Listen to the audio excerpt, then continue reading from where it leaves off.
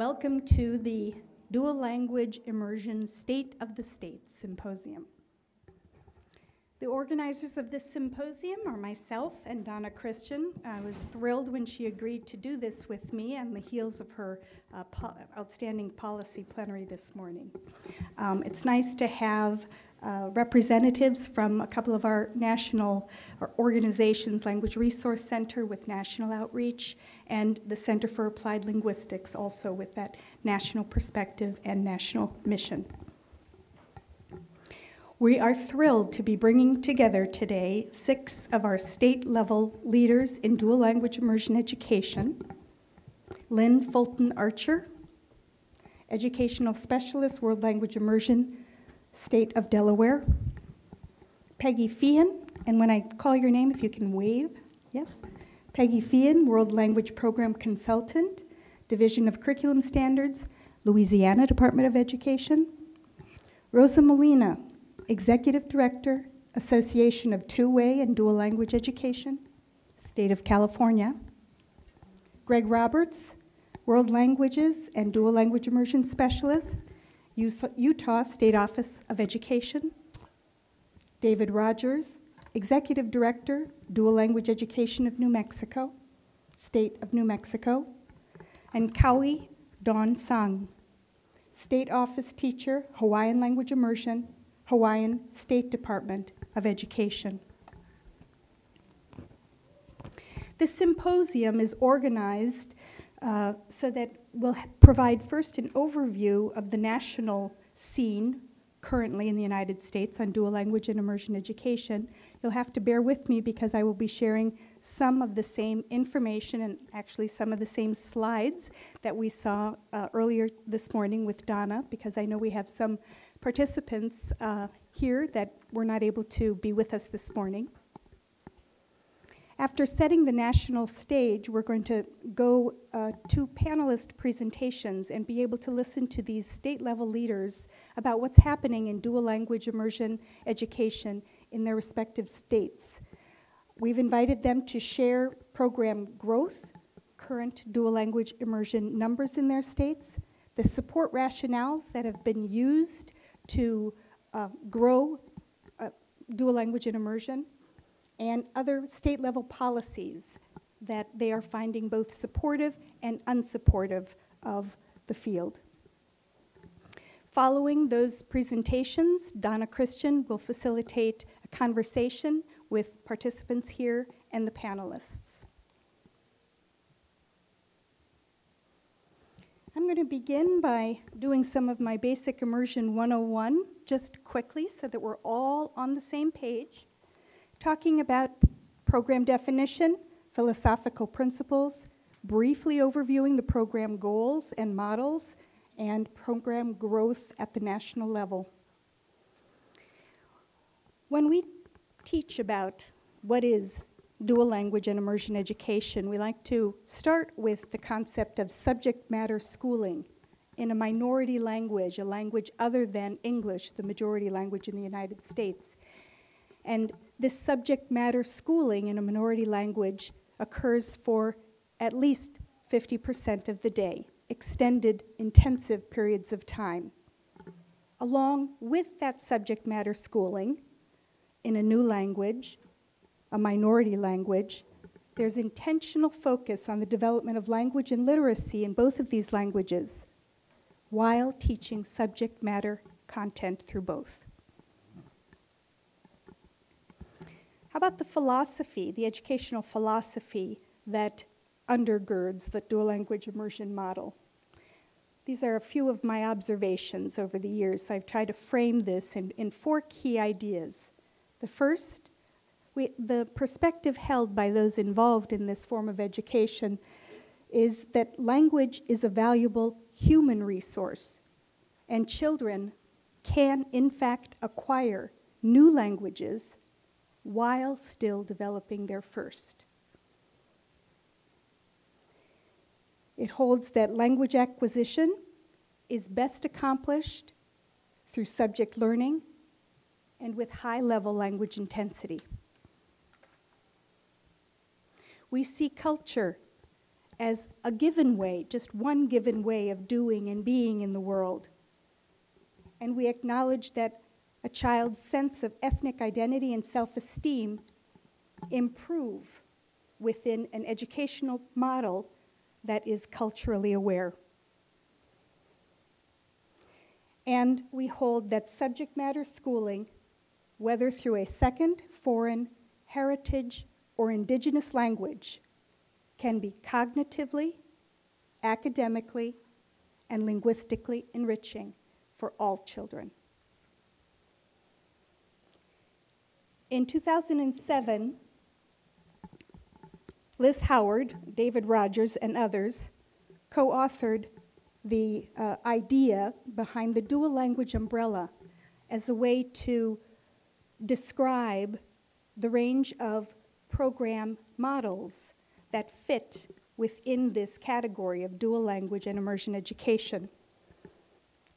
Heritage, or indigenous immersion programs, are those programs committed to language revitalization or language revernacularization, as some of those in the indigenous community like to talk about. It includes developmental bilingual education, the strong late exit model, with at least the 50% subject matter instruction occurring in a minority language. This model is oftentimes called as well the one-way developmental bilingual model. This is a model that targets largely Latino children, where they come from Hispanic background with a range of proficiencies in their first language. A third program model, the two-way bilingual immersion model, that model that is known for consciously bringing together speakers of two different languages to learn with and from each other. And finally, the world language or one-way foreign language immersion model. And here's an example from one of our Mandarin immersion programs, a program that reaches out to English proficients or English home language children. Underneath here you can see I've taken just some words, just a few words, tried to distill it down. There's a continuum. These programs are committed to a range of purposes, including enrichment, maintenance, or revitalization. But that continuum, I think, reflects the ways these various programs span the continuum. Program goals, briefly: high levels of academic achievement across all subject areas, additive bilingualism and biliteracy, with goals of interpersonal and academic language proficiency, both in English and the minority language, and enhanced intercultural understanding for more effective participation in the local community and the global community as well. State leaders in the United States, when it comes to indigenous immersion, bar none, Hawaii is our national leader, and we're thrilled to have Kauai here today to speak to the Hawaiian immersion context.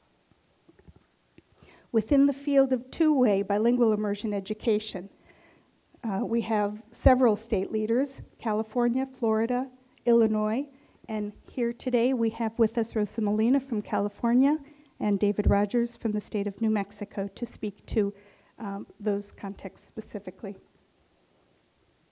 Within one-way foreign or world language immersion, we also have the state of California, Louisiana, and we have someone today from Louisiana with us, Minnesota. We won't be talking about Minnesota today, unfortunately. That will be happening a little bit later. But also Virginia, Utah, Oregon, and lots of growth happening in North Carolina. Here's a slide you just got to enjoy with Donna. These are the very valuable resource from the Center for Applied Linguistics. They have been maintaining a directory for decades. We're very grateful for that. Here you can see growth across the decades in the one-way world language model. This is a slide. If you go to the website, you can find information about, again, what are the state leaders, how does growth vary by state. The languages of instruction, as we heard this morning, also continue to evolve. Oopsie, thank you. Continue to evolve with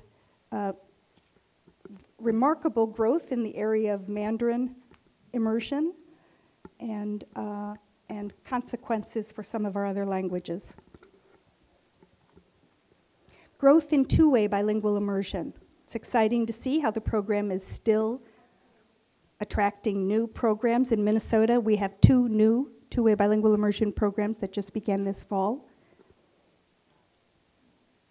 Languages of instruction in the two-way bilingual immersion model.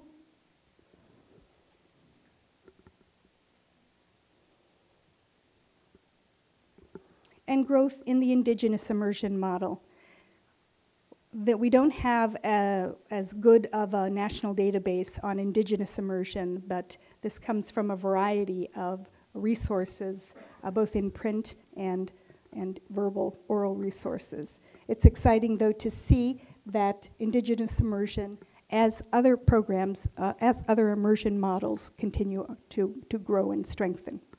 So finally, a picture of what's happening in terms of dual language and immersion education in the United States.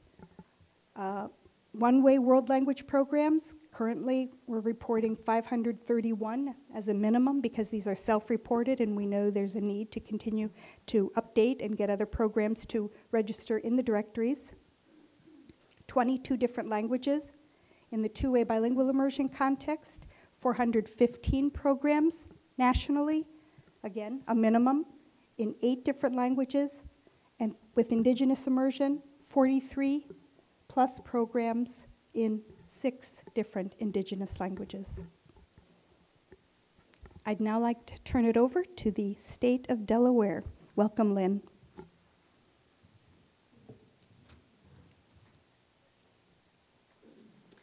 Good morning. If you paid any attention to some of those slides that Tara showed you, you probably noticed that Delaware was nowhere on the list. They didn't have any programs as of 2011. We are not necessarily yet a leader, and notice I say yet. However, here we are as the first state to share information with you this morning. We are indeed the new kid on the block when it comes to immersion. However, we've been very fortunate to have a lot of state-level support, and in order to get started with that, I want to show you, I'm going to have Tara's help, maybe. Maybe not. Oh, there we go. Oh, thanks. There we go. So I'm going to let my governor speak to you to get us started this morning.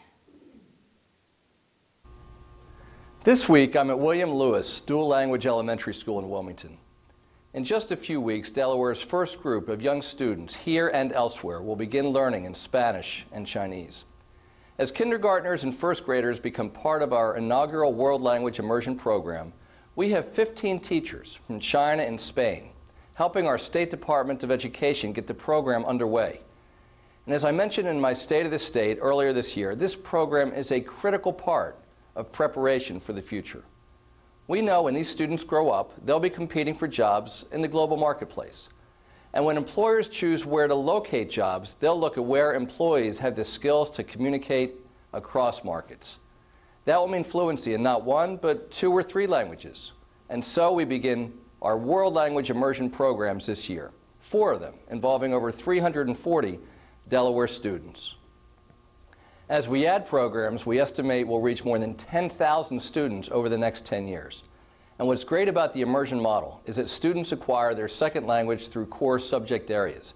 They learn math, science, and social studies, as well as grammar, in their second or third language. And the caliber of professionals leading this work is outstanding. Some are seasoned Delaware educators, and others have come from across the country and around the globe to take part in this exciting opportunity. All have stepped up to the challenge to rethink how we prepare Delaware students for jobs of the future. I know this year will bring successes and challenges and will be critical to how we shape this initiative in the years ahead. By 9th grade, we expect every student in the program to be sufficiently proficient that they can take and pass advanced placement, Chinese or Spanish.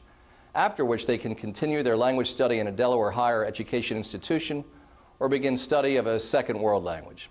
The benefits will go beyond their mastery of a second language and the advantage they'll have in an increasingly global job market.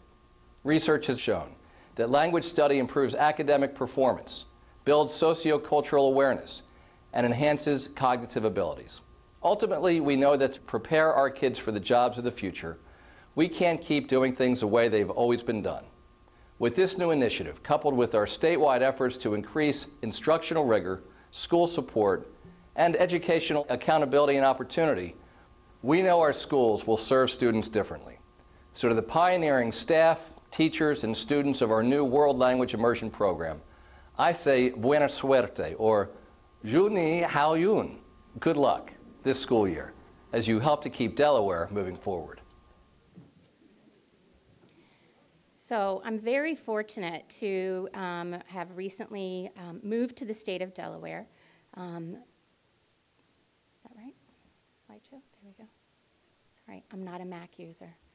So I'm very fortunate to have recently become a part of the World Language Expansion Initiative in the state of Delaware. And I think that our governor has done a wonderful job. This expansion initiative was his idea. It did not come from the education community in the state. It was actually prompted by an economic development when we had a large company that had two headquarters, one in the state of Delaware and one elsewhere. And when they got ready to expand and to increase investment in their headquarters, they looked at different factors, and in the end, they decided that they would expand in their second headquarters and not in Delaware. And when asked why, they said, well, the average employee or person in the workforce in this other location speaks, on average, 3 languages. In Delaware, the average employee speaks only 1. So this prompted the creation of the Governor's World Language Expansion Initiative. And when you look at our programs, we are launching a combination of one-way and two-way immersion programs in the state. Based on the economics of the state of Delaware, we have chosen to launch programs in Mandarin Chinese and in Spanish. And the program model that we have chosen is the 50-50 model. And a lot of that based on the economics of teacher counts in buildings, et cetera. And so we've been able to staff our programs without necessarily having to add an additional teacher to a staff in a state where funding is limited. Our student numbers over time, we anticipate serving anywhere between 8,000 and 10,000 students by the time our program is fully implemented. Now, when you look at the numbers and you see that we'll have 20 immersion programs across the state, the number itself might not sound like a lot, especially when we compare them to the numbers in Utah and some other locations. However, when you think about the size of the state of Delaware, a state where we have only 100 elementary schools in the whole state, you'll see that the impact is quite great. We will have 20% of our elementary programs offering an immersion option for students over the course of time. So some of the things that supported the creation, of course, of these programs are indeed the economic climate in the state. We have a very business-friendly state. We are home to over 900,000 national and international business entities that have incorporated in the state of Delaware. 63% of the Fortune 500 companies are incorporated in Delaware, and those include little groups like Disney, Chase Bank, AstraZeneca, DuPont. We have trade with over 158 countries, and what we have seen over time is that over the last several years, we've seen a 200% to 300% increase in the number of languages that our ELLs are speaking in this state, our English language learners. We have over 80 languages that are being spoken by students. And so as we look to serve them and to help them become bilingual in their first language and in English, we are also turning our attention to help our English-speaking students become bilingual in a second language as well. I've mentioned Delaware's place in the world and the world's place in Delaware with our economic factors. Our governor is very focused on the economic advantages for students, as you heard him say. And one of the other things that, that we have to keep in mind about Delaware is that over the past 5 years, we really have had an increased focus on rigor in education. We were one of the first states to receive Race to the Top funding. We were an early adopter of the Common Core state standards, and we currently serve on the Smarter Balanced Assessment Consortium. So all of these factors have played a role in the development of these programs. We're also very fortunate in that currently, and again, there's no guarantee it will continue, but currently we have a $1.9 million yearly funding allocation. Now, that money is not just devoted to our immersion programs because we can't wait for 12 years for students to leave high school with advanced levels of proficiency. We have launched several different initiatives across the state. We are growing our immersion programs. However, we're also starting to launch middle school programs so that students can have 2 full years of language study before they enter high school, giving them a much greater probability of being able to take the advanced placement tests before they leave high school. And we also are launching a statewide ongoing professional development effort to train teachers at all levels, K-12, about what it means to be proficient and how do we teach students to move them toward greater levels of proficiency. We've seen early successes in our programs. We currently have 4 programs in the state. All 4 of them opened with wait lists. Our Chinese immersion programs had space for 100 students, and we had over 250 parents interested in those programs when we started enrollment. To support policy, as I said, the Governor's World Language Expansion Initiative has been created. We have put together a World Language Immersion team at the state level. So the Department of Education actually created 3 new positions to support in language instruction across the state. Mine is one of them as the education specialist for World Language Immersion. We've also hired instructional specialists in Chinese and in Spanish who spend their weeks in the schools, in the classrooms, providing instructional support and materials support for teachers. We're also very fortunate in that the physical size of our state can be a real attribute and a real plus to what we do. We're only 2.5 hours driving from the very north to the very south. So on a given day, it's quite possible that I can be in our farthest south school and in our farthest north school as well. That's coming up in a couple of weeks. I'll actually be doing that.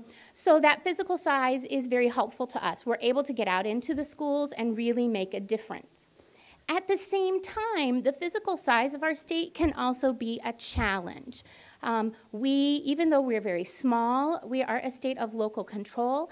Our districts have very strong opinions about what should go on in their programs. And when we're calling for applications and proposals for districts to start immersion programs, we're asking them not to think simply about what's going on in their K-5 programs, but to demonstrate a commitment to immersion instruction from kindergarten through 12th grade. And how will they start building a culture for language learning at all grades the minute that, or the day that their kindergartners start immersion in their schools? Education initiatives across the state have been challenging at times. We are struggling with the implementation and the integration of the Common Core into our immersion programs. We think that we can do that more easily sometimes in math than we can in language arts. When we start to think about issues of text complexity and what do students do with text, like they're looking at in English language arts, we are trying to look at that as well in our Spanish language arts and Chinese language arts programs. We also find that response to intervention is another issue that my principals, I met with them all last week, and they're all asking, what about response to intervention? I see a lot of heads nodding in the room. And so I saw that there's a session later this afternoon. I'll be there. We also know that the nature of middle school in and of itself is very difficult to deal with. Our administrators are very much at this point committed to students having lots of different offerings, and we'll be starting a study group of administrators from across the state to really look at what will we do with our middle school model and what will that look like. Even though we just now have students in kindergarten, we'll start this coming year looking at that so that we have a very clear plan in place. And the teacher pool, as always, as Donna mentioned that this morning, issues of teachers, et cetera, certification issues, where do those teachers come from? We're dealing with some acculturation issues of teachers who have come into our programs from abroad. Currently, 80% of the immersion teachers themselves have come from abroad, and that has certainly posed some challenges in the last several weeks. So, but we continue to work with them. We continue to dialogue with our colleagues across the country. We're very thankful for the efforts that Utah has pushed through and the things that they've been doing, and we certainly look forward to establishing additional relationships with other states around the country to improve our own immersion programs and to help them launch immersion initiatives as well from the state level. So, thank you.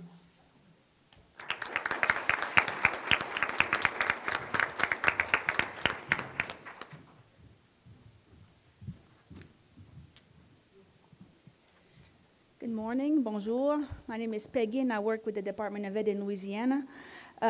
Very happy to be here. And French is my first language, so I hope I don't struggle to find words too much this morning for you guys. So, what do we have? Oh, okay.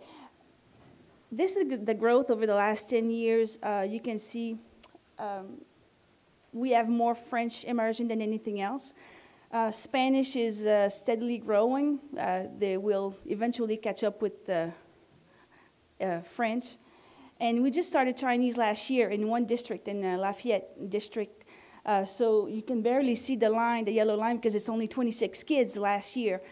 This year we have a new school in New Orleans that opened the Chinese, and next year we will have a third district, Calcasieu Parish, will open up Chinese. Now, just so you know, in Louisiana we refer to district as parishes, so that's why I use both.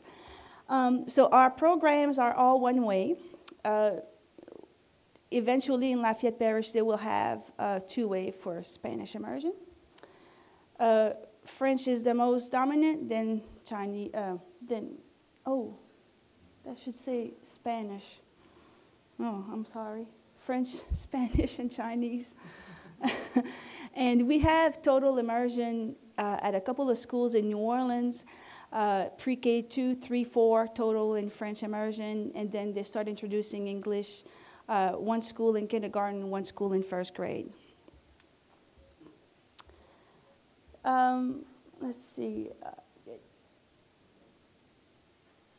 This is a little bit out of order, and I'm sorry, but French and every other language, especially French, was banned in 1921. And we heard from Dr. Christian this morning a lot of those same scenarios across the world, and because they wanted to Americanize the state. You know, for those who don't know, there's a strong French heritage and culture in Louisiana because of the Acadians that came and French and all that stuff.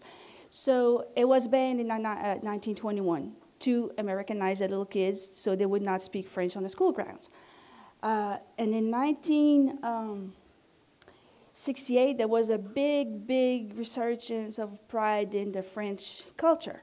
And that, because of that, they founded the CODEFIL, which is a state agency. That it's a council for the development of French in Louisiana. And that was a grassroots movement, and that started the immersion programs, first in Calcasieu Parish.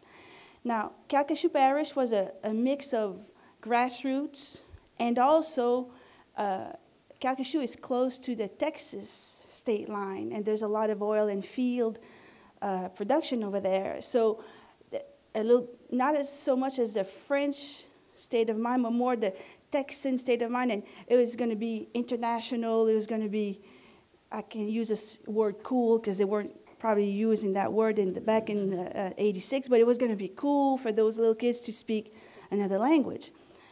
As when you look to the Lafayette area, which is really at the heart of the French heritage and culture, that was grassroots, okay? So we have been multilingual since the beginnings in 1986, French and Spanish. And I already talked about the resurgence, the Calcasieu, it was a grassroots thing. Let me see my notes here. And the French immersion had so much success that that's where the big push for continued Spanish and for the Chinese to follow along the steps. And I will say our steps because I was a French immersion teacher, and I always consider myself as more French immersion oriented, even though now I have to open up my hat because I'm at the department level now. But that French immersion has tremendous success. So the other languages build on that to advance their own cause. Now, the last thing that is just started this year, actually, in Lafayette District, they have a big task force and a new superintendent. And the goal in the next 6 years is to go from 1,100 students that we have currently in that district to 4,500 students. So immense growth. And that will bring the total immersion population of that district to 15% of the total population in that district. And you need that 15% to sustain the language and to revitalize the French language. And I don't know, again, how much you're familiar with Louisiana history, but a lot of people are saying, oh, it's dying down. All the old people speak French, all dying down. Nobody is going to be left speaking French. But I see something different at the local level. And that push, that task force is going to just, it's going to be great for the French language. Yes, and we're growing everywhere else also. A big growth in New Orleans. And since I've been here, a lot of people say, how's it been since Katrina and the hurricane?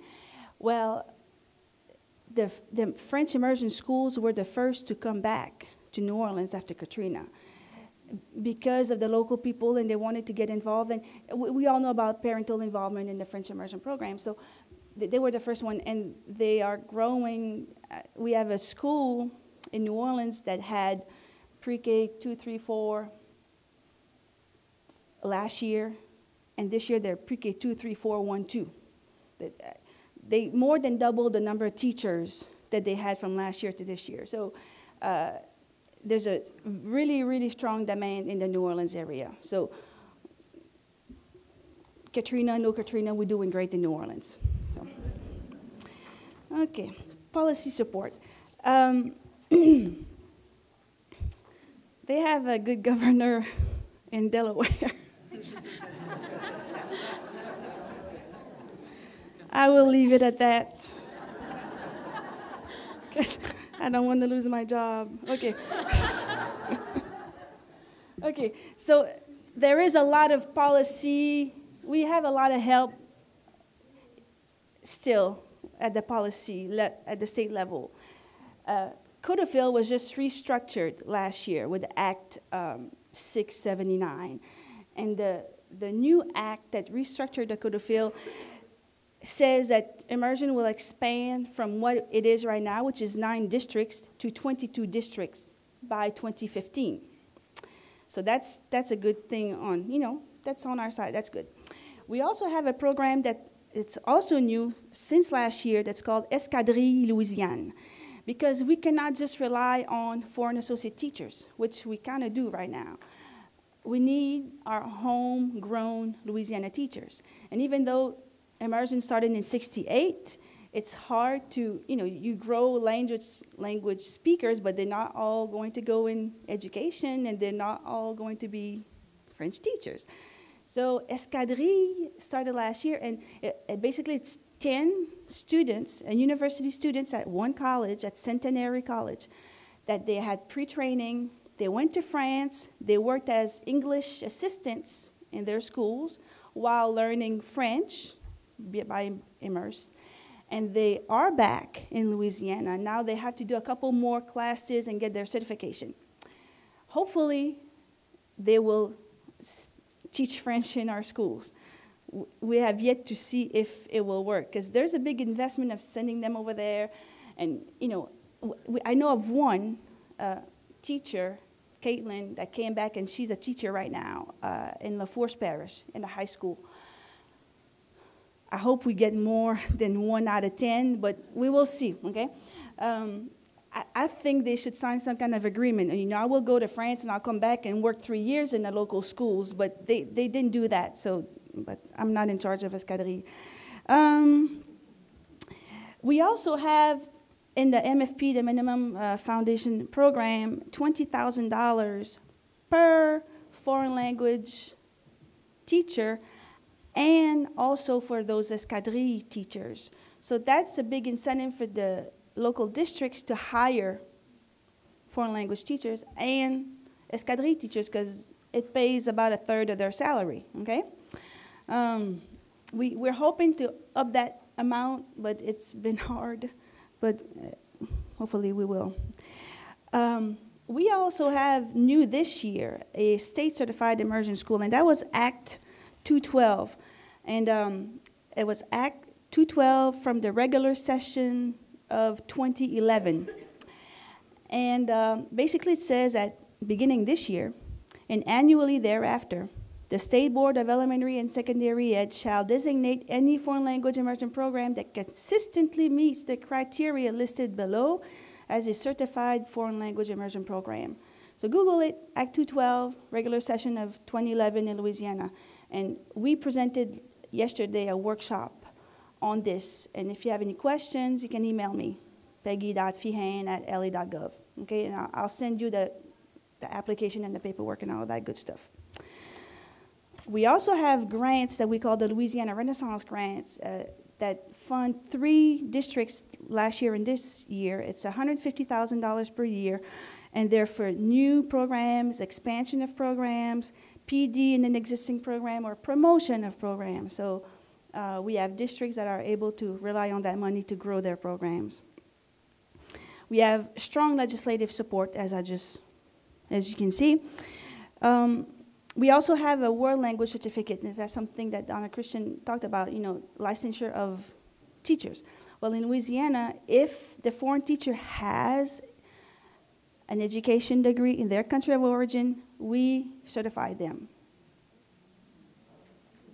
And that's because after years of going down to the certification office and, you know, telling them, like, they're teachers, stop putting the bâton dans les roues. You know, we're trying to do something here and help us. And so we certify them, and that certification is renewable every 5 years. So as long as they teach, as long as they have their CLUs, their continuing learning thing, they're certified in our schools, okay? We have strong relationships with foreign countries, France, Belgium, Spain, Mexico, Canada. Actually, my colleague, Terry Hammett, for those that know her, is in France right now. They just did the tour of 4 cities in 5 days, signing accords. So she wishes she was here, because she's really busy over there. We have French-written books by French Louisianians, okay? We have a French printing press at Centenary College, so that, you know, it helps to keep a language alive, to have the written part. It's not just oral, it's also written. And we have a brand new book from author, poet, songwriter, Zachary Richard. And this book is in French, and it's about the history of the Acadians of Louisiana that we started using this year in the social studies classes in Louisiana, and it's a great little book. And I will finish this by the governor's cut. That last year, the governor, for this fiscal year, the governor cut $100,000 in Codafil's budget. And that started a movement like we had never seen before.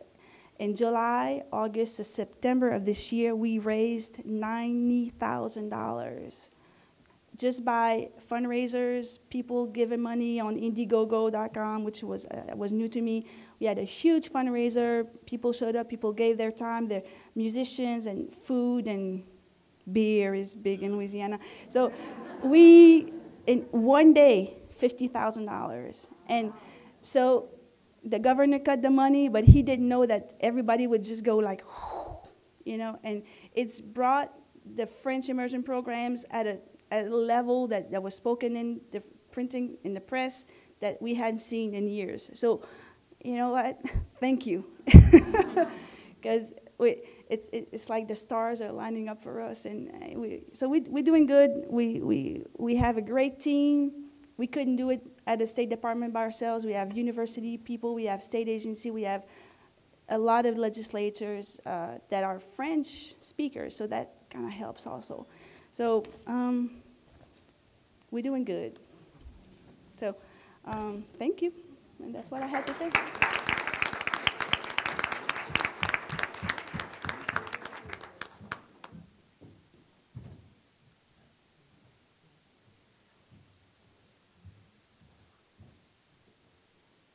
For some reason, I thought the other handsome guy was going to go first.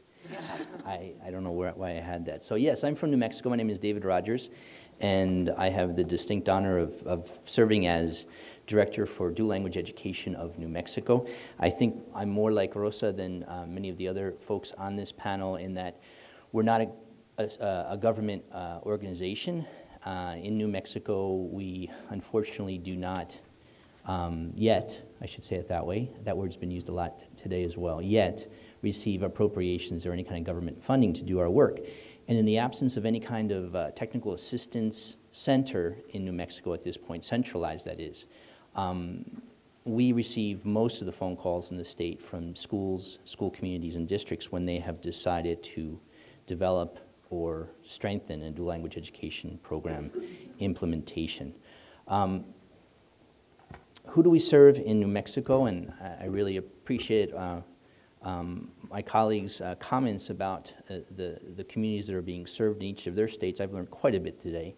From our students and families, we are actually the first official minority-majority language state in the Union.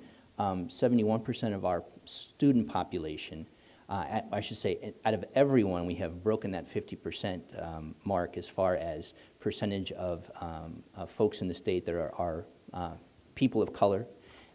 In our student population, 71% of our students now are students of color, meaning mostly Hispanic, but then Native American population makes up about 20% of our student population, and then we have smaller percentages of African American, Asian American, and others in the state.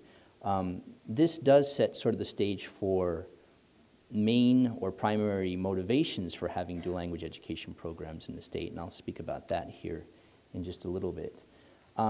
These are important sort of stats here as far as our advocacy and our policy concerns and work in the state. We often battle, I shouldn't say we often, it seems daily we battle in New Mexico, and I know this happens in Texas and Southern California, Arizona, this assumption that bilingual education is serving mostly immigrant students. And that's where we have the most resistance for dual language education right now in our state. So there's constant connection to the immigrant or anti-immigrant sentiment that exists in our roundhouse in Santa Fe. And in fact, only 1 out of 5 students that are English language learners in our state are immigrants. Truly, 4 out of 5 are what we call heritage language students.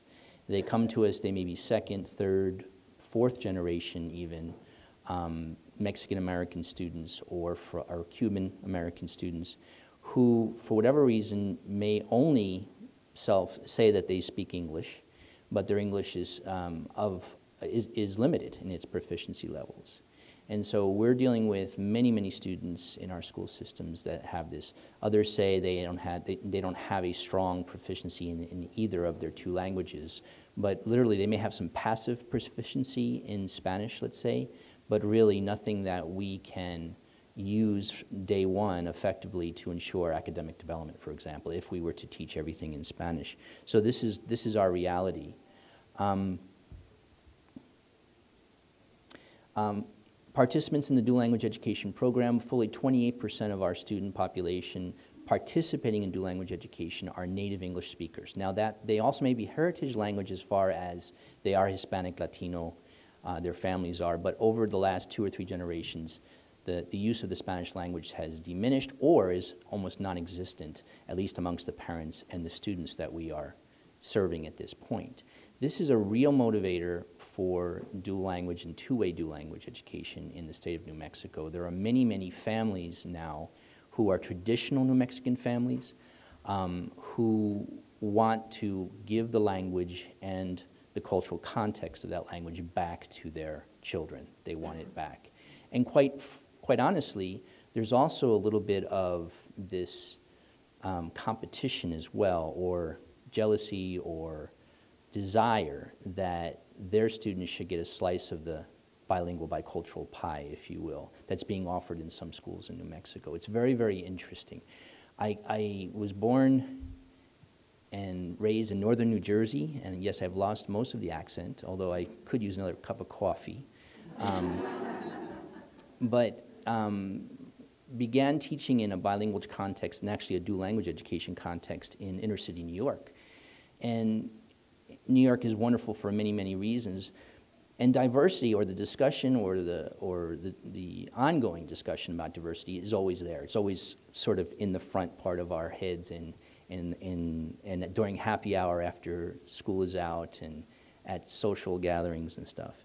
And diversity is, in some ways, easier to define in New York. I mean, there's many shades, there's many colors, there's many shades of colors. But when you move to New Mexico, as I did 21 years ago, diversity and tension between cultures and ethnic backgrounds is more difficult to see, because it's more of a brown-on-brown issue. In New Mexico, we have traditional New Mexican families who will proudly talk about their Spanish ancestry and how their descendants all came from Spain. Well, we know that through experience that's not necessarily true. So there's the immigrants, or the Mexicanos, and then you have your New Mexican or Hispanic population. So it's been very interesting as far as impacting policy, or how we sell or promote or market programs in order to promote policy changes that are going to better support us. We have to use that to our advantage as best as we can. So when I talk about traditional New Mexican families wanting a piece of the bilingual, bicultural pie, that's part of it. And so that statistic, for example, that only 1 out of 5 English language learners are actually immigrant students, that's an important fact to put on the table. Because we've also failed some of our traditional New Mexican families, second, third generation, if we're still not seeing a full proficiency in either their heritage language or in English. The languages that we find in New Mexico in our dual language programs at this point are predominantly Spanish, mostly Spanish programs. In our applications that we collect or we submit each year in September, the count isn't exact, but there's somewhere between 115 and 118 school communities that have identified themselves as implementing a dual language program. But I want to piggyback on something that Rosa had said about the fact that many of these programs, we know from working all around the state, are simply changing the name from where they have more of a transitional bilingual education program. They're trying to get away from the negative connotation of that, and you're just simply changing the language. We would say, on our best guess, out of the 115 that are saying they have a dual language program, there's probably 50 to 60 of those programs that have enough knowledge and understanding as to what it takes to implement a strong, and design and implement a strong dual language education program, and probably about 25 of those programs are implementing extremely well, or to a level that we are happy with as an organization. We do have Navajo. We have officially we have 2 Navajo programs that are immersion dual language programs in the state, and we have 1 Zuni program. Other languages, we have a category of program model in New Mexico called heritage language, and that's mostly what our tribes submit for as far as funding. They have what they call a heritage language program. And so there is overlap with the definition of dual language, but it really comes down to the amount of time that's committed to the heritage language instruction in those programs. We do have 1 Mandarin program, we have 1 Arabic program that's beginning, and there's discussion of a Portuguese program. Now, on the state side and policy and how much support we have from the Roundhouse and Santa Fe, I think it has been practically nil. I mean, there's hardly any support or policy in place right now that supports further promotion of dual language education program, but we're about to see that change. And once that changes, I think we're going to see more Mandarin programs, definitely, more Portuguese programs, definitely, and maybe even see additional Arabic programs being developed. Our program models, we have both two-way and one-way programs, but our definition of one-way is not the same as the definition that's been passed around here. We call them developmental one-way programs. Our one-way programs exist mostly in the southern part of the state, near the border with Mexico. The students that are enrolled in these programs are all native Spanish, English language learners. And so we look at that one-way term as being that there's one language and one language model usually in the classroom in the first day of school, and that is the teacher of English. Of course, I would love the assets that exist, language assets that exist amongst the students, to be passed on to some of the other schools where we're dying to get more native Spanish speakers into the program, but that's just not the case. In 1995, we know we had 8, maybe 9 programs that were dual language education. We know that by the fact that we had a small grant offered by the state of New Mexico to pilot dual language education, and there were 9 applicants. 1 application did not qualify, and 5 programs were chosen to receive. I think we received $25,000 each to start our dual language education program. And today I mentioned we have about 115 programs, or at least self-defined programs. These are the motivations for dual language education in the state of New Mexico. One is for global workforce, to develop this global workforce, which is a very common theme here in the discussions that I've had here at CARLA. This is actually something new for us as far as a motivation. But as I said, we're starting to influence policy change at the state level in New Mexico, and this will become a primary motivation for passing policy and for promoting more dual language use. Gosh, I hope that wasn't... There's critics in every, yeah. The revitalization and preservation of heritage, language, and culture is a major motivation in the state, whether that be for our indigenous populations or for our traditional New Mexican families who want to bring back the Spanish language and the cultural context of that to their families. And I did learn on Wednesday that preservation is not necessarily a positive term, because it does suggest that we've got something to preserve already. Language revitalization, which is actually a more common term when we talk about the need to develop more indigenous programs in the state of New Mexico, is found there. Preservation, though, is used from a political context, as we've got to, once we develop a program, once we develop one's language, we have to continue to preserve that. We can't just exit students from the program, and that's where the use of that language, that term, comes from in my presentation. And then closing the achievement gap, or narrowing the achievement gap.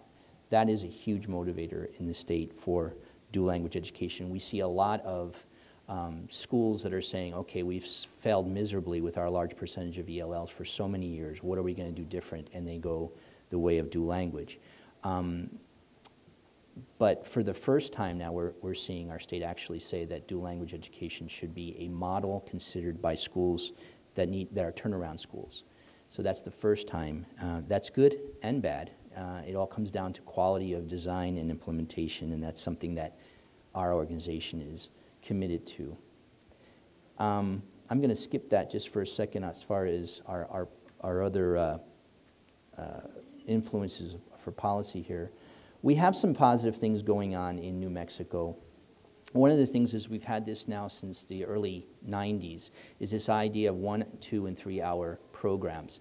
Basically, the more services you're providing to your limited English proficient students, the more money you get to serve them. So it follows the funding, the amount of funding you get follows the intensity of the program that you're providing. Fortunately for us in New Mexico, if you implement a dual language education program, you receive 3 hours of service per child, which is about $1,200. And then, I still don't know how this happened, but I am so happy it did.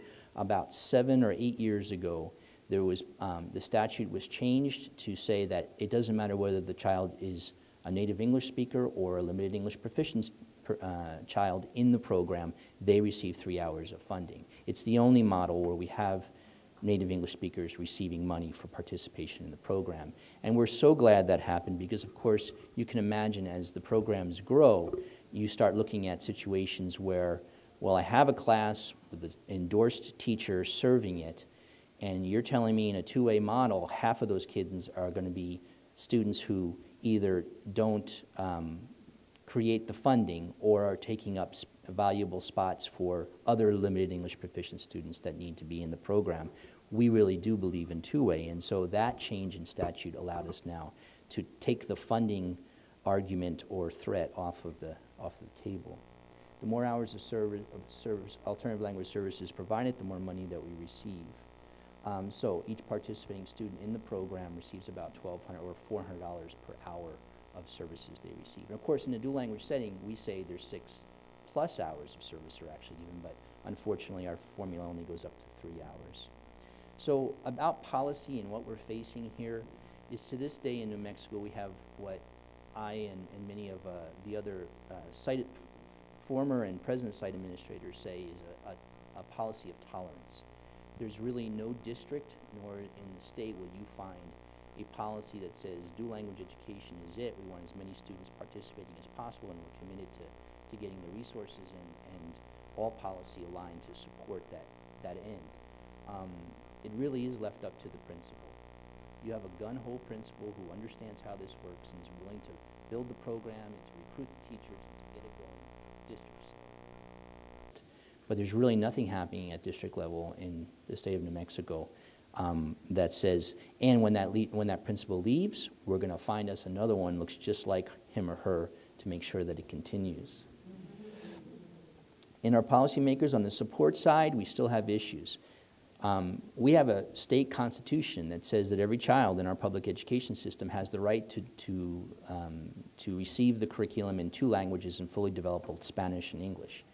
When we go to policymakers who understand it and get this, they often say, oh, don't worry, the program's not under threat, it's in our Constitution. So we do have a great level of complacency that exists even amongst our supporters. And when they're looking at a 30-day session or a 60-day session for the Roundhouse, they've got a bunch of things that they have to prioritize in order to get through. This isn't normally one of them, although we are beginning to organize better to change that. And our challengers, as I mentioned before, often tie issues around dual language education to the immigration issue. And that has been unfair, just very negative in many, many ways. We certainly have a desire to serve those immigrant students that we have in our schools. And I quite frankly, as a father of my 2 oldest daughters are pure Anglo, there was a real gift that those immigrant students had to give my daughters when they participated in a dual language education model. Not only was it language modeling at the peer level, but also the cultural context that they brought and shared with my kid. I could have taught my kids Spanish. I could have put them in a private school. I had that option. But that's not what I wanted in a dual language program. I wanted the language, plus I wanted the ability to learn, study, and engage in life with students from distinct cultural backgrounds. And that's the gift that dual language education gave to my 2 oldest daughters. My 2 youngest daughters, actually their first language is Spanish, and it's been a wonderful view with it. Yes, I was a happy single dad for 10 long years. And then Rosie Gonzalez came into my life. So I have sort of both world experiences. So thank you very much for this opportunity to share with you all.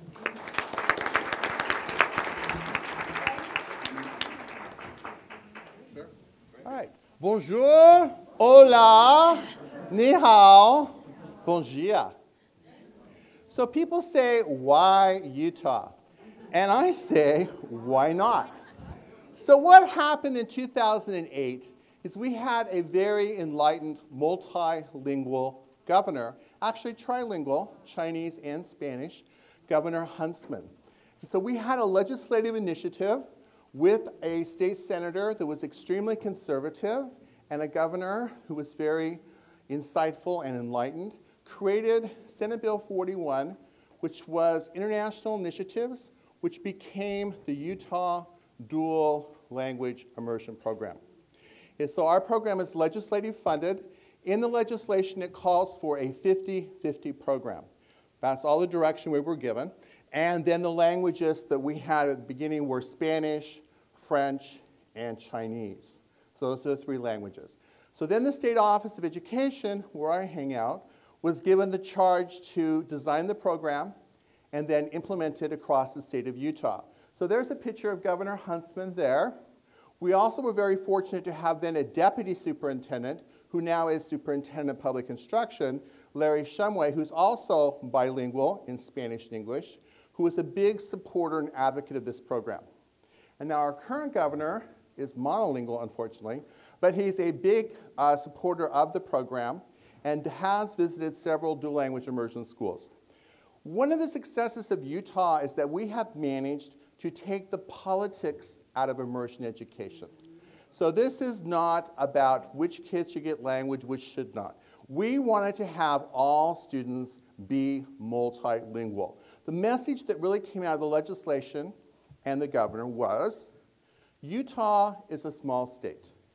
And for our future economic survival and for the national security of our country, we must educate students who are multilingual and globally competent.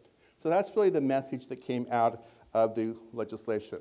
So now our accomplishments, I'm just going to name a few accomplishments and then give you some of our challenges, because the mother of Utah Dual Language Immersion, Mimi Met, will be here tomorrow, and we will be doing a presentation at 10 a.m. with all the specifics. So if you want to see some of the actual specific things we're doing, we will share with those tomorrow. But some of our accomplishments is that we have an amazing state dual language immersion support team.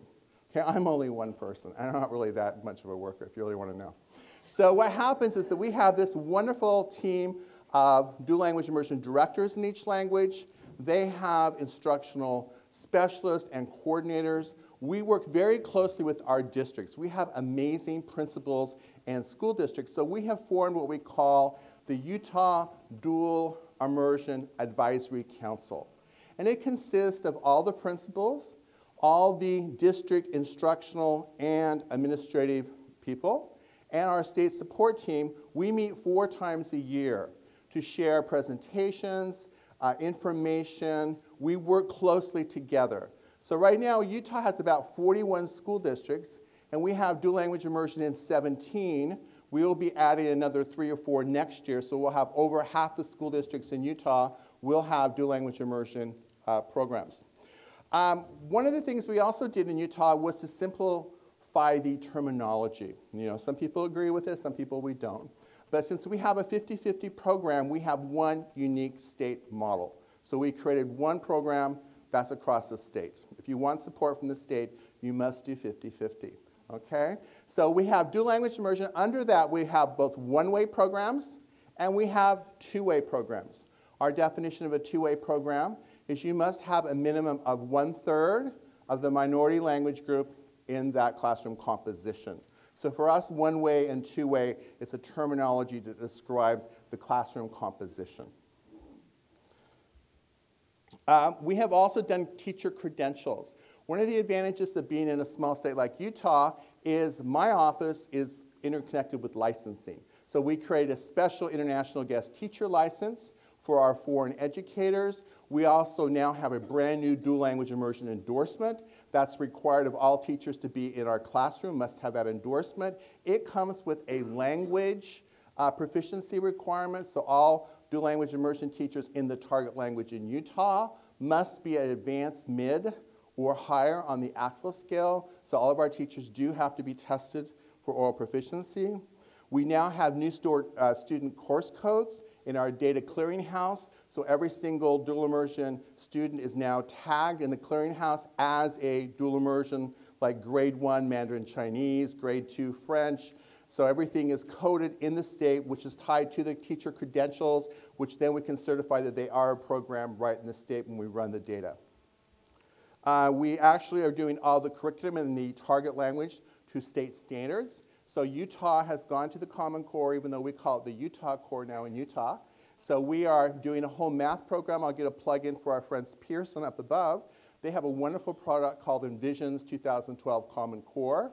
Utah worked closely with Pearson, so we now have that product available in Mandarin Chinese, French, and Portuguese. It already came in Spanish, so all of our schools are able to use the same math program, statewide, which really helps for professional development, that's aligned to the 2012 core. So you can actually see versions of it upstairs. We have professional development that the state actually does for all the districts. We have two different forms. We have a summer Audi conference, which we have people in the audience here that come and help us, like Tara and Anna. We need lots of help. And this is a huge undertaking now. We have about 500 participants in the summer that come and do all the professional development. It's a week long. Then we also do ongoing throughout the year. So this is just not a drive-by. We do the big thing in the summer, then continue throughout the year. Plus our instructional specialists are constantly out in the classrooms, helping the districts, working with principals. And so we have quite an elaborate professional development team. We have student proficiency targets. We've been working closely with Gregg Duncan. Gregg Duncan is a secondary world language specialist in the old time, but now he's become an immersion expert. But he knows actual proficiency inside and out. So he has set proficiency targets for every single one of our grade levels, both in listening, speaking, reading, and writing. We actually have a mechanism that he has created. It's a form of a formative assessment called the Student Proficiency Report that's shared with parents at parent-teacher conferences twice a year. We have a two-teacher model parent-teacher conference, a video that we can share with you of how that works, how the parents know what proficiency. Because why do parents put their kids in a program? To learn math, to learn science? No, they put them in the program to learn the second language. So we have an accountability piece to actually share with parents how proficient their students truly are in that second language. Again, we have that parent-teacher conference. So there we go. So I'm just going to go down. There we are. All right. Oh, back up. So there's our total numbers. Realize that Utah is a very small state. We only have 3 million people, but we have a lot of students because we're also the youngest state in the union by terms of average age, because we have lots of kids running around. So we have about 480 elementary schools. We are in 77 of those schools across the state, so we're getting close to about, we're up there. We have 40 Spanish programs. Of those, you can see 20 are one-way, 18 are two-way. We keep it clear. We keep those separated. We have 25 Chinese programs, which is amazing for a small state like Utah. We have 10 French programs. The French government's been heavily helping us with our French programs. Right now we have about 15 teachers from France in Utah schools paid for by the French government. The French have a new thing that came out. It's called La Belle Franque Education. It's like the International Spanish Academy, so it's brand new for France. They just named 17 schools worldwide. We'll get this distinction in Paris at the end of November, a special thing at the Quai d'Orsay and in the French Senate. Of those 17 schools, 9 are in the US, 2 are in New York, and 7 are in Utah. So we're actually really thrilled by that. And we have started Portuguese.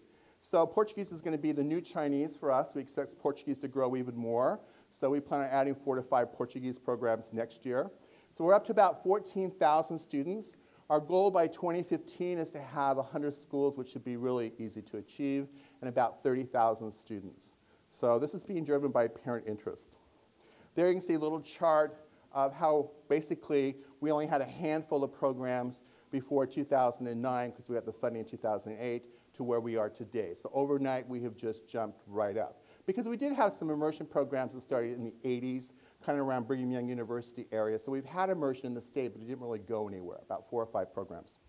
So here's some of our challenges I just want to share with you in the last 5 minutes I have. Teacher recruitment.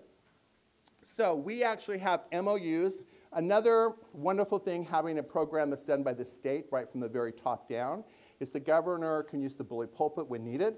Also the state superintendent can. So we have signed MOUs, which are Memorandum of Understanding. We have currently 5 with China, Taiwan, Spain, France, and Mexico. We're getting ready to sign one with Brazil coming up, where we actually go recruit teachers from those countries. We set up a special license for those teachers when they come back to the state of Utah. It's called the International Guest Teacher License. It comes with highly qualified status. As long as they are on the J1 visa, teaching in Utah schools, they're highly qualified. We also, if they want to stay longer and go on to a work visa, have created a special foreign credentials pathway for them. We have created alternative route to licensing program for many foreign nationals that already live in Utah. They want to go back into teaching. So that's been a wonderful opportunity. Teacher professional development, we just start getting larger and larger and larger. So just the scale is kind of enormous for the professional development. So that's always a challenge to make sure that you're differentiating for your experienced teachers and your new teachers, for your early grades, for your late grades, for specific languages. So that's always a challenge. Curriculum development in the target language, we decided to be really adventuresome, and we went on this huge curriculum redesign this year. So we'd actually have scripted lesson plans, like by grade level, to match the math book. So it's like 136 lesson plans per grade level. So it's a huge undertaking, which actually has immersion strategies like right embedded into the scripting. So when you have a foreign educator or a brand new teacher, they have that as a support mechanism. So that's just quite the project. Target language assessment. We have been playing with a couple of different types of summative tests. Right now we just got through piloting the new Apple from ACTFL, and we're really encouraged. We did as low as 3rd grade. So we've been getting some of those results back. It's not perfect yet, it's not available yet, but we have been working on challenges for summative type of testing. The secondary program, we just launched our very first secondary program this year. Know that when we design this state model, we actually have a very detailed state model where our kids will end up taking the AP exam as 9th graders, and then they will work through our university partners, taking 3,000 level college courses in 10th, 11th, and 12th grade. And so we have an amazing university partnership. We actually have 6 of our major universities across the state: Utah State, University of Utah, Weber State, Brigham Young University, Utah Valley University, all working together on teacher credentials, all working together on research, and we'll be working together on these course offerings for our high school students. So we have quite a network of our university institutions working together. And then just the rapid growth. I mean, I could easily add 10 to 20 programs every year, but where do you find that many teachers? Just like next year, we have to recruit 100 brand new target language teachers, which is just like the scale of it's like, Anyway. And then, you have a competing agenda. So we also have art initiatives. We have STEM initiatives coming into the state. So there's only so much money. So we've had to be really clever in trying to show how you can have an arts initiative and a dual language immersion initiative in the same school, that we actually work well together. Also, STEMs is another challenge. And so you do have some of those competing agendas for the pie. And then just the educational establishment. I'll tell you, the people that have been most against this program, interestingly enough, are current teachers. Those are the ones you have to go into the battles and fight to get a dual language immersion program in the school. It's not the parents, it's not the administrators, they're all on board. It's usually that 5th or 6th grade monolingual teacher that thinks this might make them move classrooms, they won't be able to teach the Pilgrims for 6 months, or something like that. So once you convince them that it's really not going to harm them, because for a lot of teachers it's all about them, that they're happy with it, okay? So as you can see, I'm really popular with our teacher unions. And I used to be a member of the teachers union. So there we are, and we'll turn it over to Hawai'i. Thanks.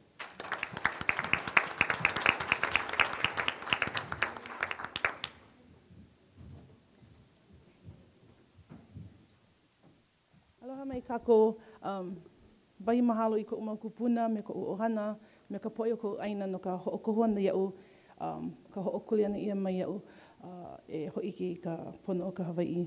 Aloha. First of all, I'd just like to thank my kupuna, my ancestors and my family and the group of people that have been working so hard previous to my participation in this program for the last 25 years in establishing the Hawaiian Language Immersion Program as to be what it is today. So I'm just going to go ahead and move all of that forward so you can see.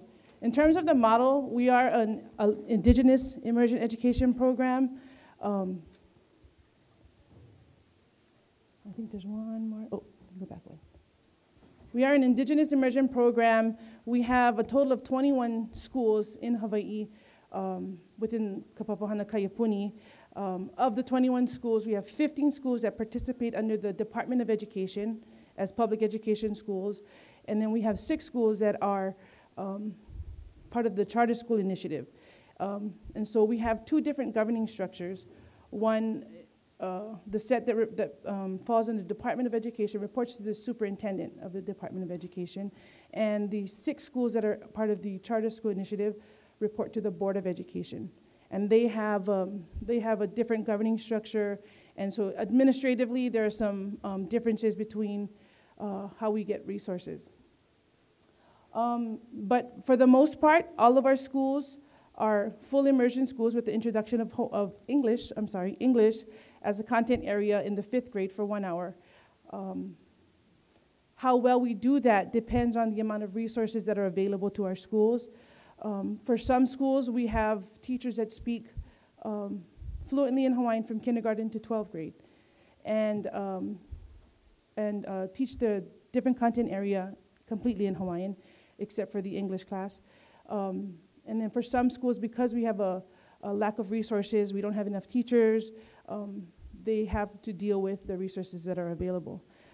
But the target is that everybody would like to have K-12 education in Hawaiian. So in terms of our program growth, we started out, the program started out after the Punana Leo initiative and within the Department of Education in 1987. And at that point, there were 2 schools that were opened up in kindergarten with about 50 students, because there was 25 and 25, and only 2 school campuses. And so if you take a look at the growth, all the way up until NCLB, you can see that there was a rapid growth, and the expansion really took off to, I think by 2001, we had the 26 sites back then. And then with the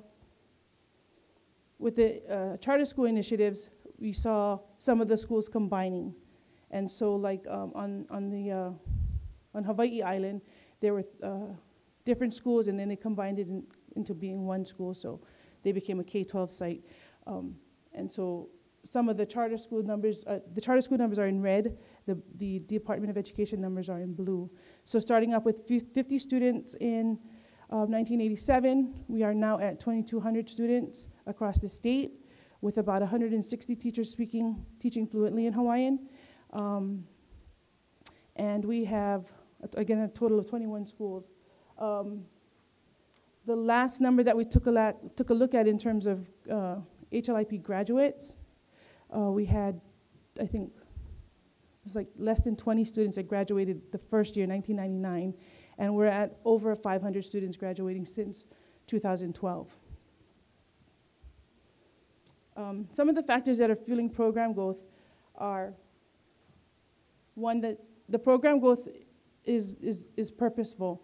There's a reason behind why we need to have this done. And if you take a look at some of the early movements around Hawaiian language immersion education, it had a lot to do with political justice and social justice for the native people, the Hawaiian people in Hawaii, and some of the legislation that was taking place. And some of the Renaissance movements, the Hawaiian Renaissance movements, and that sort of regeneration to identify who we are as a people and connect ourselves back to our kupuna, our ancestors. And so that movement took place in the late 1960s, early 1970s, all the way up until the 1978 Constitutional Convention, where discussions began around making Hawaiian an official language of the state. And so with that, it sparked a movement to bring Hawaiian language education back into public school education, where it was previously banned in, I think, 1896. And so having a purpose for a purposeful movement for the program is what helped to fuel program growth. And so we talk about language revitalization, self-determined vision and direction. And that means that the people that were pushing the movement actually came from inside of the program. There were teachers, there were parents, there were community supporters, including all of the universities in Hawaii, who actually drove the state to make a decision to allow this program to happen. And then again, program validity, recognizing that through self-identity, our students are able to achieve at high levels of academic performance. And so then another factor talks about inclusive participation. Recently, we've reestablished a group called the Aha Kauleo, which is a group of stakeholders, which include parents, administrators of our schools, teachers of our schools, university representatives, and community supporters. And we meet quarterly to talk about the different issues that are surrounding the program, whether it's curriculum and instruction. More recently, we've had a lot of discussions around assessment and teacher professional development, hiring practices, all of those issues that are part of education. And so ensuring that we have inclusive participation and sort of the Hawaiian voice as part of the movement. And then we talk about continuous commitment. For the people who started the program are still in the program. And they're building new leaders every year, and they become the mentors for people like me who sort of came in the program halfway. And they are still the group that we refer to and we sort of lean on to sort of help us move forward with the program. Some of the supporting factors that took place for the program is having vision and follow through. I always look to people like one of my professors and mentors, Dr. Noea Warner, who is a professor at the University of Hawaii Manoa campus, Dr. Pila Wilson, who is the University of Hawaii at Hilo, and recently, and she's not here right now, but Keiki Kawai'aio, who has recently received her PhD, I think just last week. And so those people have been in the program forever. They were part of the group that started the program. And so I look to them and the vision that they set for us and hope that I can start to help build on that in moving that program forward. But their vision and their follow-through and their willingness to always be in the face of, in the face of adversity and sort of push the initiative has been the thing that helped to support the program growth. The second thing is assuming leadership roles. I absolutely do not want to be in this position sometimes. It's a very controversial issue, not just from the non-supporters, but even from the supporters. Because even within our program, there are some differences of opinion. And so sometimes it gets difficult to sort of facilitate those discussions. But because my parents said I have to, it's sort of like, you got to stay in there and you got to do that thing. And because my peers say I have to, and some of my peers are here, it's like, just let me go back to the classroom. But so we all work together. We try to do our best to assume those leadership roles and insert ourselves into program policy and sort of in order to define ourselves. The process is also has to be a very transparent process for that purpose, because we want to make sure that if there is an issue or concerns that are not addressed, that they are there and out in the front for all of the decision makers to participate in. And then coming to conferences like this has been very eye-opening for especially the executive council of the stakeholder group, because we didn't realize the enormity of immersion education. And a lot of times we look sort of inward in order to inform ourselves, but there have been a lot of commonalities in some of the presentations that we've seen in terms of policies around teacher preparation and all of those things that you talk about, language education and the L1, L2 sort of understandings, that I think it's been very eye-opening for us to be able to sort of garner support outside of Hawaii in order to help move our program forward. And then lastly is legislation. We have, again, I think everybody's aware that we have 2 official languages in Hawaii, and the Hawaiian is one of them. And a lot of the work within the program and within the universities has been to establish Hawaiian as such within all practices within the education system, so that we're not just thought of as the afterthought, but actually whenever decision making is taking place, we're thought up front with the English mainstream program. And so we have Hawaiian as a first language, of the state, sorry, it's actually an official language of the state. And then we also have Board of Education policy that establishes the Hawaiian Language Immersion Program and that requires the Department of Education to provide inclusive participation and to include our parents in the decision making. How that plays out is totally different though. And then there's also Hawaii revised statutes that was introduced and accepted and put into law by our Hawaii state legislature that is sort of the ground for starting to establish what we hope to be a parallel system where Hawaiian language education is equal to English mainstream education in Hawaii. Some of the speed bumps, and I call them speed bumps because it's only gonna slow us down just a little bit. But it ain't gonna stop us, that's for sure. And one of them has been really the government mandates. The government mandates have been a huge, huge headache for us. Starting with, in 2001 with NCLB especially. Later on today, we'll be doing a presentation by some of the parents, well, okay, I'm a parent, and one other parent about the initiatives that have been started from the parent group to sort of protect our program against government mandates. Assessment has been a huge issue. We've been forced to translate our state accountability test and administer that test to our students. We found that it didn't work. We were given the opportunity to establish a better test, which is the Hawaii Line Performance Assessment. And the great thing about that was that it was definitely a grassroots effort, and it worked well. And recently, actually just this past school year, the state had moved back to translated testing. And so we're back in that fight again to get them to understand the problems with, the problems that are going to occur, especially for our students in the program. And then lack of decision-making power. So earlier I had said active informed participation and establishing the aha kauleo and sort of assuming leadership roles and inserting ourselves into policy. Well, we do that in participation with the Department of Education. But ultimately, the decision always rests with our superintendent. And I sort of feel an affinity with Peggy there because we almost never hear from our governor in terms of immersion education. I think the responsibility is entirely left upon the superintendent. And so there's a lot of work to be done to educate department leadership on the importance of including the Hawaiian voice, and especially from Hawaiian educators and Hawaiian scholars, about the need to include people like our scholars and like our teachers and like our administrators in determining policy so that we are thought about up front rather than sort of the afterthought. So anyways, thank you for your time.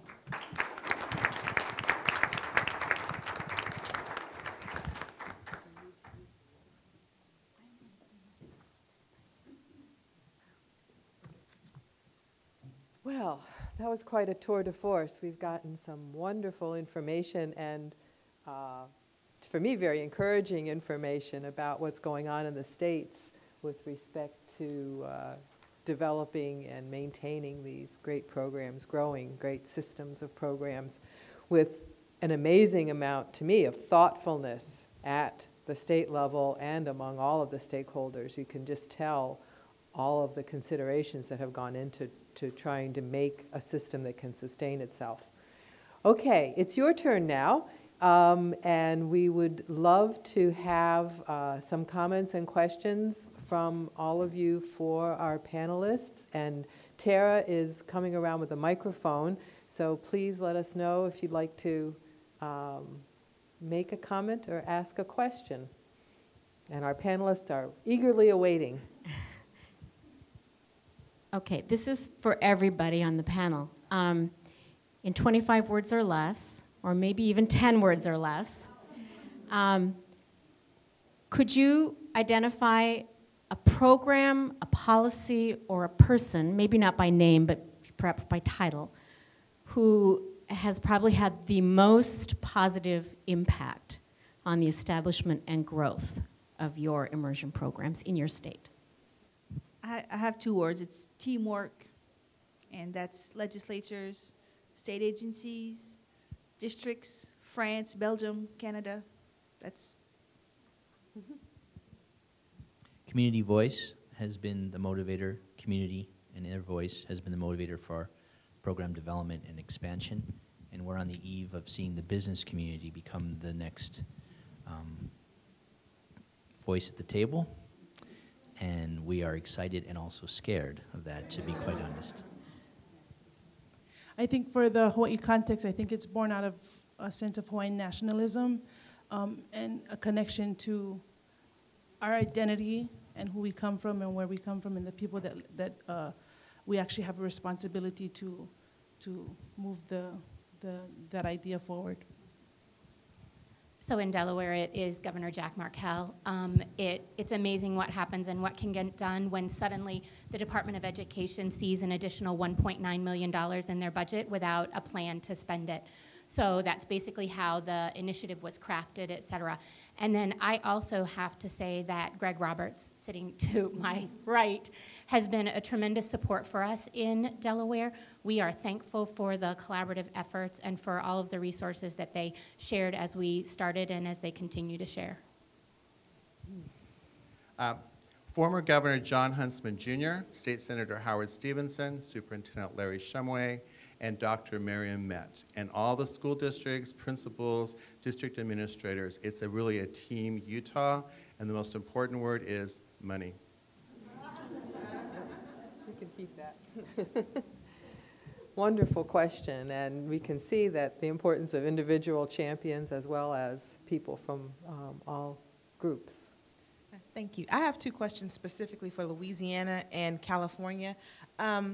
In terms of Louisiana, I wanted to know is there any, and if there is, how much is the varieties that are kind of native to Louisiana French, like French Creole, emphasized in immersion education? And for California, how exactly did the outlawing of bilingual education in the 90s, how did it affect specifically immersion programs? That's it.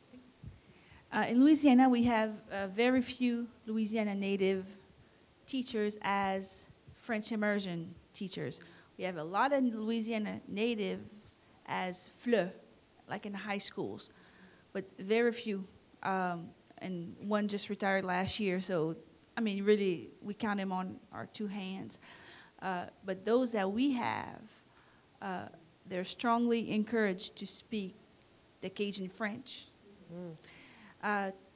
And we also strongly encourage our foreign associate teachers that come from other countries to incorporate as much Cajun French / Creole as they learn, you know, because you can't speak it if you don't know it. But, and that's why we also have PD with Louisiana natives for our new arrival, you know, teachers to teach them words. And this afternoon, I'm going to have the Cajun alphabet, you know, during a presentation. So, you know, we want to pass on those words to the kids because we don't want the little kindergarten to go home and his grandpa saying, well, I don't understand what you're saying. Mm-hmm. So it's highly encouraged because Louisiana French is French. Okay, so that's what it is. We have some other comments? Yeah.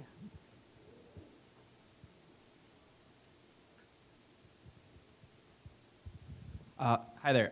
I'm on the Minnesota Advocates for Immersion Network Board of Directors, and one of the current situations that we're experiencing here in Minnesota is teacher licensure. And I heard some Utah, I think, talked about guest teacher licensures. Could somebody please talk how that process works and how Minnesota can get to? Licensing for guests. Actually, it was the state school board. Lots can happen when the governor calls the state school board and says you need to create an international guest teacher license. And so I can share that coding with you, but basically it was just created overnight by the State Board of Education that we have. As long as somebody is an experienced teacher on a J1 visa and we have an MOU agreement with that country, then we can sponsor the license. So I can give you the coding. If you want to send me an email, I'll give you the actual legislation, the coding in the state court. And then you're welcome to email me also. I saw a mistake in the packet that we received with all the names, the rosters of everybody. There's a mistake in my email, and it's at la.gov. And I think you have my name in the program, so Peggy.Feehan at la.gov, and I'll also be happy to share our World Language Certificate details. That would be very helpful. Did you have right here?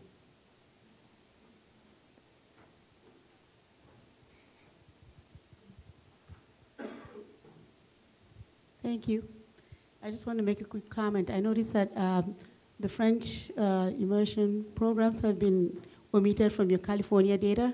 So I don't know why, because we know that they do exist in California. San Diego is one with a very successful French immersion program. It's just a comment that I'm making. Yeah. My question actually goes to Utah. I noticed that when you look at the HLIP growth, the charter schools have grown markedly, regardless of the government and other support systems that you have for the public school system. So what do you attribute to this growth, to the rapid growth in the... That's Hawaii. Oh, is it Hawaii? Yeah. Oh, okay. Well, the question still stands. I'm sorry, what was the question? No, somebody, I thought it was you. Somebody showed a chart with the growth of charter schools. I think that's Hawaii. Okay, yeah. So what do you think, with the support that you have from the government, why is the charter school growing faster than the public school system? I think with, in terms of curriculum and instruction that's taking place in the schools, the charter schools have a lot more autonomy in making decisions on the way they implement their program in their schools. Within the Department of Education, there are certain regulations that we have to follow around curriculum and instruction. And I think for the first 3 years after becoming a charter school, you actually get waived from NCLB requirements. And after the 3rd year is when you have to start showing data around student achievement. And so some of those schools were able to sort of build their foundation up really strong. And so, and there also may have been some disappointment with some of the speed bumps that take place within the system. Yeah. But we try our best to work together, especially because we're all basically trying to do the same thing. So this is a question for the whole panel. In my work, I try to focus on the things we can do, and so this is probably one of those questions that may move into the world of the can't do. But I've heard a lot about issues with how do we insert ourselves into policy making, be at the stage where, or at the plate or the table when we're making decisions. And I think about all of your individual state efforts and some that have moved beyond the state level. And thinking about on the national level, how are we trying to insert ourselves into policy and leverage some of the incredible efforts that you all have been making on your, and successes that you've been making on your level, and how do we move that conversation on a more national level and influence that policy? So one of the topics that came up at the spring Board of Directors meeting of the American Council on the Teaching of Languages, I currently sit on the board. One of the questions that came up was something that I noted here, that in at least 3 of our states represented here on the panel, we have programs that are immersion programs that are now serving as turnaround models. And that is, I knew that that was happening in Delaware. One of our 4 programs has actually chosen immersion as their turnaround model. And to hear that we have 2 other states, and probably more than that, that are doing that, I think that that's one of the ways that we can insert ourselves at the national level into those policy conversations. So that's something that I will take back and share with the board and start to move forward with. I think that we have a very good opportunity to start bringing attention to the power that immersion has, and if that's where the national focus is right now, on turning around schools and improving student achievement, and we can show that we're doing that with immersion, then I think that that's one of the ways that we can start. If my colleague Terry Hammett were here, she would talk about Necessful also. She's the president-elect, and I think that's also, I think they have a big voice at the national level, and that's the Organization of State Supervisors of Foreign Language. Thank you. I never can remember what all those letters stand for. If I can just add, we see some of the most exciting things happening around policy at the national level already, but not in the Department of Education and the Department of Defense, right, and also in economic growth. You know, this idea of a global workforce or a need to develop a global workforce. seems to resonate very well with the business and economic communities. And so I think we need to use that to leverage our Department of Education to give this more than just lip service. I think and adding to the conversation, for the Hawaii context, again, we're currently engaged in an assessment issue. And sort of the state and the federal government are pointing fingers at each other in terms of what we're supposed to do and how we're supposed to interpret NCLB law around assessment and accountability.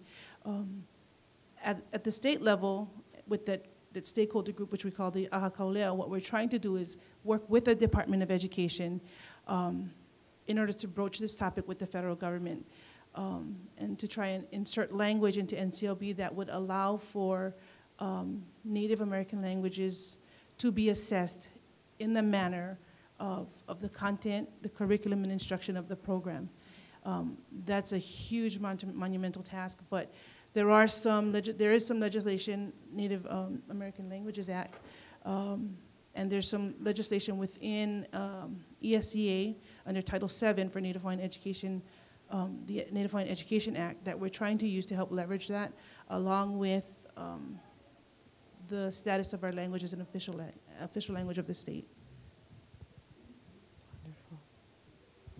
I'll just add that I think it's very sad that the U.S. Department of Education has been MIA in language policy in this country for the last 3 or 4 years, and cutting the FLAT program was a complete disaster. We can actually blame on policies that are unknown.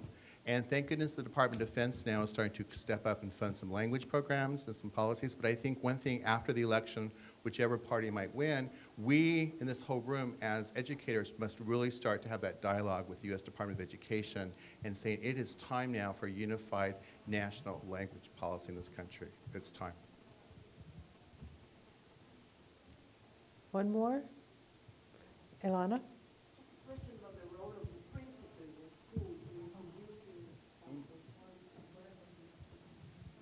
The role of the principals in schools in producing some of those policies. In Delaware, one of the things that we are making a very concerted effort to do is not just provide professional development for the teachers in our programs, but to provide ongoing professional development for our administrators. So currently, and again, this is where the physical size of our state is a great benefit for us. So we meet 4 times a year face-to-face with them.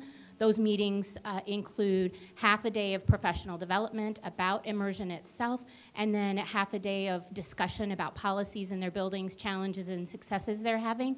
And we also hold monthly update calls with them as well, to just kind of get the temperature of where they are, how things are going, et cetera. But they're a very important audience, and we're encouraging them to be lifelong learners themselves, to continually learn about the programs, because for many of them, they showed an interest in immersion perhaps, but it was their district that actually decided where a program was going to be placed. So, and as we grow from 5 schools to 20 over the course of the next year, we know that this will be really important for us.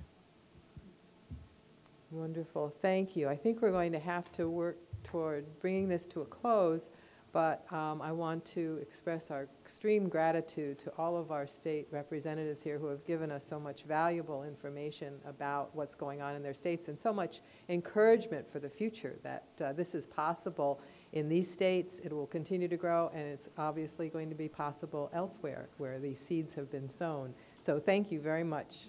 Thank you. Okay. So thank you very much for coming. We're going to be talking a little bit more about what's going on in Minnesota at a luncheon. Those of you that know that you're invited, it's going to be up on the 22nd floor. I want you to understand that. So we're going to be going up and continuing the conversation about Minnesota. Thank all of you again, and thank you for coming. I hope that this was eye-opening. And I hope many, many good things, policy initiatives and other educational initiatives come from it. Thank you.